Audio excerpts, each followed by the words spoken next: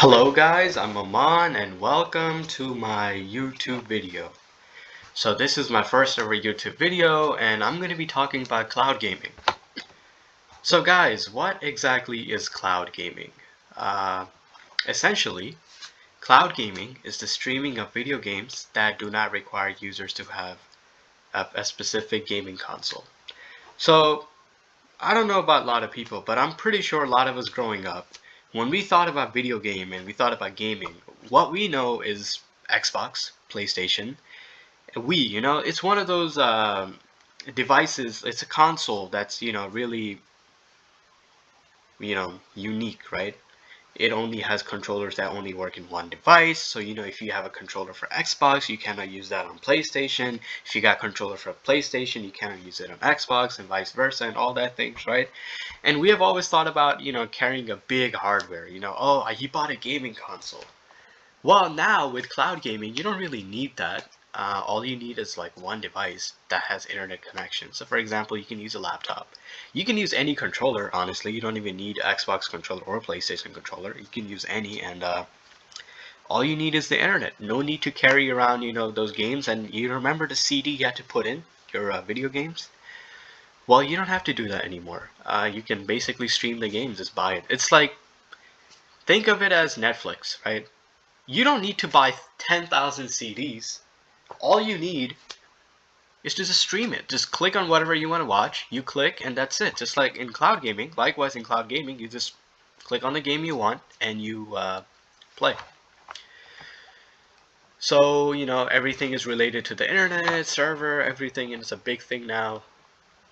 Background. So why wasn't this so, big? Well, to be honest, the internet was not that big either. It was big, right? So by 2010, I think everybody had internet, but the thing was, it was not as powerful. Think of cloud. You have to think about the cloud, right? Before you think about cloud gaming. Cloud is basically, you're hosting something in another person's computer, to be honest. And before 2010, DSL was the technology ISP used to provide their clients with the internet. New technology came, and I believe fiber optics was one of them. Although I'm not in telecom or in that area, I do know that fiber optics definitely made internet faster. It says it here as well, and we have had a lot more improvements. I mean, remember 3G, 4G, and now 5G, and now we have LTE. All those telecommunication technologies we can use, and that's what really happened here. Um, think of it, YouTube. Like 10 years ago, YouTube was still around. People were just, using it to listen to music. But now, you can basically get a 4-year degree in YouTube. Although, you're not going to get a certified degree, you'll gain the knowledge that, a 4-year school might provide. Not completely, but, you at least get 50% of it. You can learn calculus, you can learn linear algebra, you can learn coding, you can learn networking concepts, anything you want to learn, or you just want to watch some funny stuff. You got the internet, right? Well, 2013, YouTube became big because of this cloud concept, and so did cloud gaming. And one of the main companies that actually started this, they're not even around. So sad, but their impact, lives on. Is OnLive. They launched the first remote cloud gaming, but unfortunately they were just so new and people were just not, aware of this thing. They were like, who cares? I'm just gonna go to the store and buy a $600, console, and they look like wankers now. Benefits and services. Sorry about that. Well, cloud gaming does have good benefits, like for example, it's really cost effective. You don't need to buy, $600 or $1,000 or $2,000 console. You just need a laptop. You can play your game, right? You're not at a comparative disadvantage now. So think of this kid, who's like really annoying and he has like very expensive, hardware equipments. Well, now you can beat him. It's all about skills, right? You can't really complain now. You can't be like, oh, his device is more powerful than that. Although internet could be a big problem, right? So that kid probably has like massive internet ability. He probably has like uh, multiple, bridges, and he probably has his own router in his room, right? But you might not have that. So, At the end of the day, you can't, do that. But mostly the disadvantage here is not that bad. Just have a decent internet, you'll be fine. Just tell somebody to turn off the TV if your parents agree, right? Or if you live alone, that's good. Now we go to legal and ethical issues, right? Like everything in this world, there is an issue with everything, and there's legal issues and there's always ethical issues, right? So legally, look, in cloud, everything is public. Okay, they're not going to give you cloud gaming is a public concept. It is not a private concept. You're not a company. You're just a human being who's using it. So there's always economic competition. Simultaneously, competition among businesses is fair because it gives consumers the best products and service to choose from.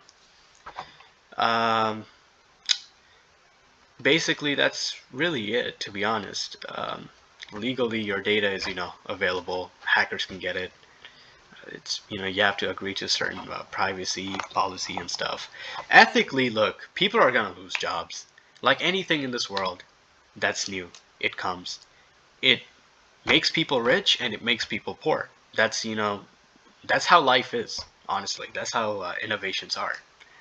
When the when what's that thing came? Whatever, right? When cars came, I guess people who used to be horse riding services, they went broke. So now it's internet came and there's things like are those things are gone, right? So GameStop, for example, is gone now. Nobody goes to GameStop to buy games. I mean, come on, it's like you gotta wait 4 hours. It's cold outside, and you can just stay home. You can stay warm. No need to worry about the CD being out. No, you just wake up and you put on your pajamas and you load the video game, and that's how it goes. Employees are losing jobs, but I see it this way, right? People who are losing jobs in GameStops are going to get jobs at data centers now, right? And data center, it's not as advanced as people think. You just need to know how basic computers work and what hard drive is, hardware is, and all those stuff. And as long as you do that, you can get a job. And in fact, I think it pays better than GameStop, or definitely does. And you don't even need that much skills. You just need to know what computer is. And I think that's the pro that a lot of people don't look at. And and the advancement of technology, right? I mean, this will encourage us to do more and more and more. And as human beings, as people in this society, we just have to strive to do better. And I think that's good.